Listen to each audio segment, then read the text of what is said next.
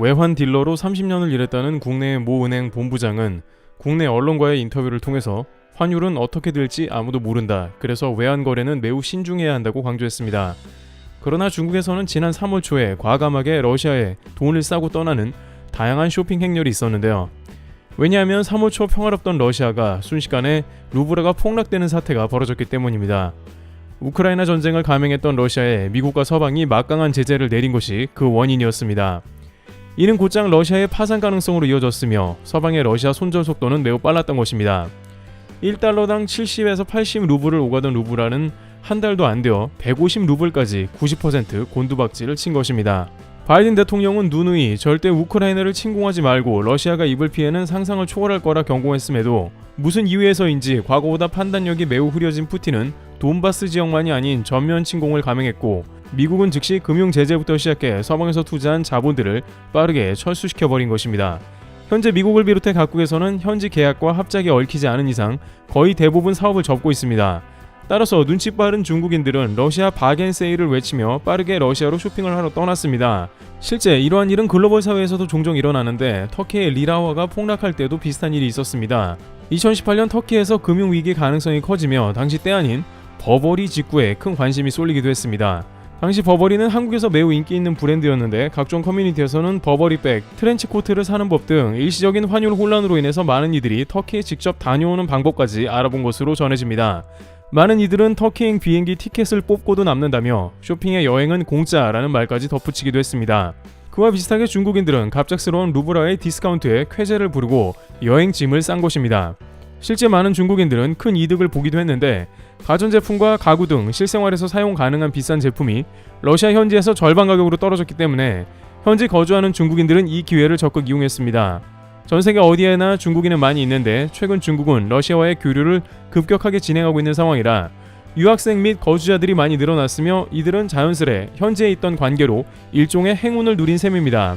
하지만 문제는 이러한 상황을 파악 후에 중국의 많은 이들이 이것을 본격적인 돈벌 기회로 파악한 것으로 바로 현재 유학생들과 거주자 등과 함께 러시아 모스크바 등 주요 도시에 부동산을 구매하기 시작한 것입니다. 한 유학생은 역도 가깝고 방도 2개나 있는데 나름 괜찮은 집이 원래는 3,900만원 정도에 거래되었는데 현재는 2,400만원이면 구매가 가능하다며 발빠르게 집을 사고 속 시원해하는 모습이 등장한 것입니다. 이런 사연이 공개되자 중국에서는 모두 러시아로 직행해야 한다며 관련 문의가 폭증하기도 했습니다. 그러나 전세계 누리꾼들은 지금은 전쟁 상황이다. 이것을 달콤하게 여기는 게 과연 인간의 도리인가라며 우크라이나 침공을 반기는 중국인들의 행보에 대해서 강한 비판을 가하는 모습이 등장했습니다. 하지만 중국은 여기서 끝나질 않고 아예 업체들까지 등장해 러시아행을 서두르는 모습도 나왔습니다. 일부 중국 업체는 중국인들이 현지에서 러시아 부동산을 반값에 사고 그 집에는 또한 러시아에서 판매 중인 가전제품과 가구 등으로 채워놓은 일종의 풀옵션 부동산을 알선하며 중국인들을 모집한 것으로 보입니다. 이러한 행태는 일부 러시아 국민들조차 우리에겐 매우 고통스러운 순간인데 중국인들은 이를 즐긴다고 했으며 또한 중국 현지 전문가들은 중국인들이 러시아의 부동산을 잠식할 우려가 크다는 의견을 던지기도 했습니다. 러시아는 전 세계 주요 도시의 부동산을 사들이고 나중에 비싼 값으로 되파는 것으로 유명합니다. 다만 러시아의 경우에는 호주나 미국, 캐나다에 밀려 중국의 부동산 광풍에 지금까지는 다소 제외된 곳이었지만 이번 루블화 폭락으로 인해서 모스크바, 상트페테부르크 등 주요 도시의 부동산 사냥이 시작되었다는 말도 나왔습니다.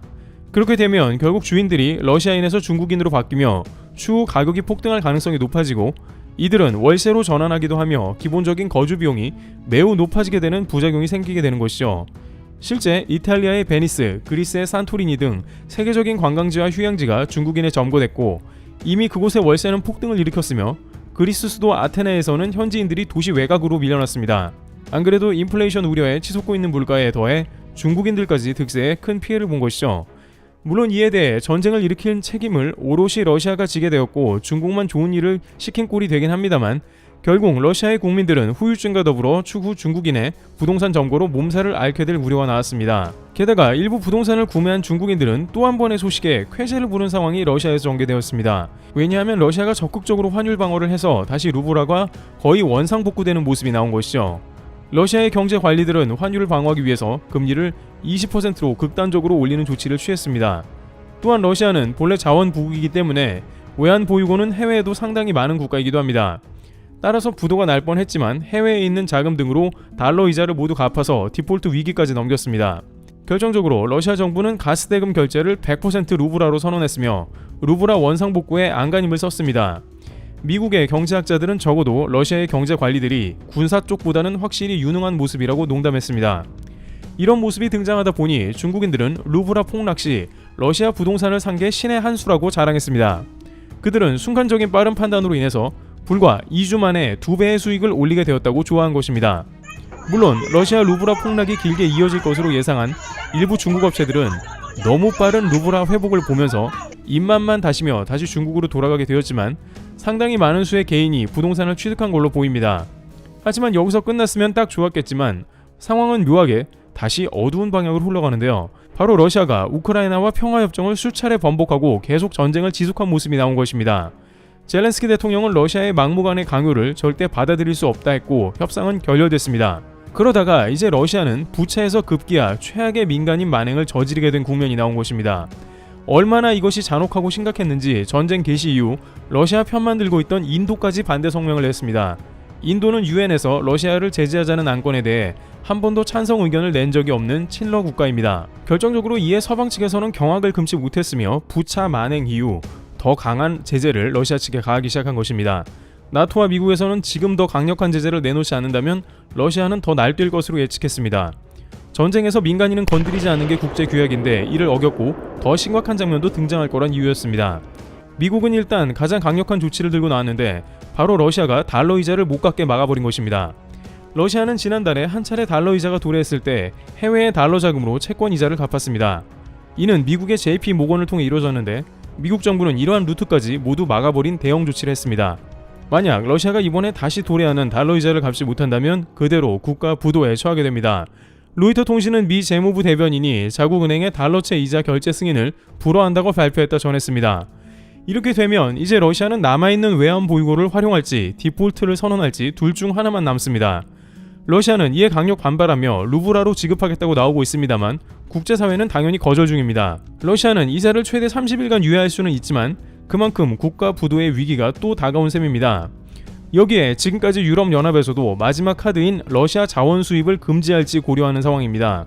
지금까지 유럽연합은 러시아의 자원 의존도가 너무 크기에 빨리 이 전쟁이 마무리되기를 강력하게 촉구했습니다. 그러나 옌스 나토 총장은 기자회견에서 전쟁은 오히려 수년간 지속될 가능성이 커졌다고 암울한 전망을 내놓은 것인데 우크라이나 부차의 민간인 만행 소식이 전해지면서 유럽연합은 마지막 카드를 쓰는 것에 고민하고 있습니다. 즉 고통스럽더라도 러시아를 완전히 손절해버리고 천연가스를 미국과 기타 국가에 의존하자는 것입니다. 미 바이든 대통령도 카타르 등 LNG 생산국들과 힘을 합쳐 유럽의 최대한의 지원을 모색하는 상황입니다. 문제는 이제 다방면의 경제 채널에서 루블화가 결국에는 크게 폭락할 것으로 예측하는 장면이 나온 것입니다. 영국 이코노미스트에서는 러시아 정부가 루블화를 인위적으로 올려놨지만 실제 재정 상태는 최악이라며 러시아는 단순히 서방의 제재가 소용이 없다는 선전 효과를 보여주기 위해 움직인다고 지적합니다. 20%의 금리 인상, 루블화 가스 결제 등으로 국민들에게 어필하려고 일시적인 회복세를 만든 것뿐이라는 것이죠. 미 국무부의 블링컨 장관은 기존의 제재에 더욱 강력한 제재를 추가하고 동맹국들도 모두 힘을 합치고 있다며 러시아가 현재 루블화를 떠받치고는 있는데 이 가치가 어떻게 변할지 곧 보게 될 것이라고 경고했습니다. 국제금융가에서는 미국과 서방이 루블화 가치를 처참하게 만들려고 노력 중인 이상 러시아가 당해낼 재간이 없다며 앞으로 십수년간 러시아 경제가 매우 큰 위기에 처하게 되는 상황만 남았다고 전하고 있습니다. 상황이 이렇게 되자 러시아에서 부동산을 구매한 개인들은 불안감에 휩싸이게 되었는데요. 왜냐하면 당장 러시아가 달러채 이자를 못 갚으면 이번에는 러시아가 국가 부도를 선언하게 됩니다. 또한 서방의 제재가 훨씬 강력해질수록 루블화의 가치는 예전과 같이 폭락의 수순을 밟게 되는 것입니다. 게다가 러시아의 아파트의 경우 5년 내에 매각하게 되면 비거주자의 경우 30%의 세금이 부과됩니다. 루블화 폭락에 양도세까지 맞게 되면 사실상 마이너스 수익률이 될 것이 불보듯 뻔해지는 것이죠. 러시아의 경제 상황을 악용하려다가 장기적으로 어떠한 악재가 있을지 모르고 이익을 보려다가 오히려 큰 돈을 잃게 되는 모험을 한 것으로 루블화 폭락이 빠른 시간 안에 다시 다가올 수 있는 것입니다. 많은 나라들은 극단적으로 금리를 올려 환율을 방어하나 터키, 아르헨티나, 브라질과 같이 더 악화될 뿐이며 게다가 이번에 러시아는 전쟁을 일으킨 국가로 앞으로 전망이 길게는 수십 년간 암울할 것으로 보이는 것입니다. 물론 잠깐 주식이나 환율 등에서 리스크를 안고 들어간 사람이 이득을 보는 경우는 없지는 않았겠지만 부동산은 여러 가지 세금까지 고려해야 하고 주식처럼 즉시 팔 수 없는 자산이라 러시아 아파트 구매는 위험을 안게 됐습니다. 이와 같이 중국인은 러시아 생활용품을 넘어 부동산까지 손을 뻗었다가 큰 곤란에 빠지는 상황이 등장했습니다. 트리블TV였습니다. 감사합니다.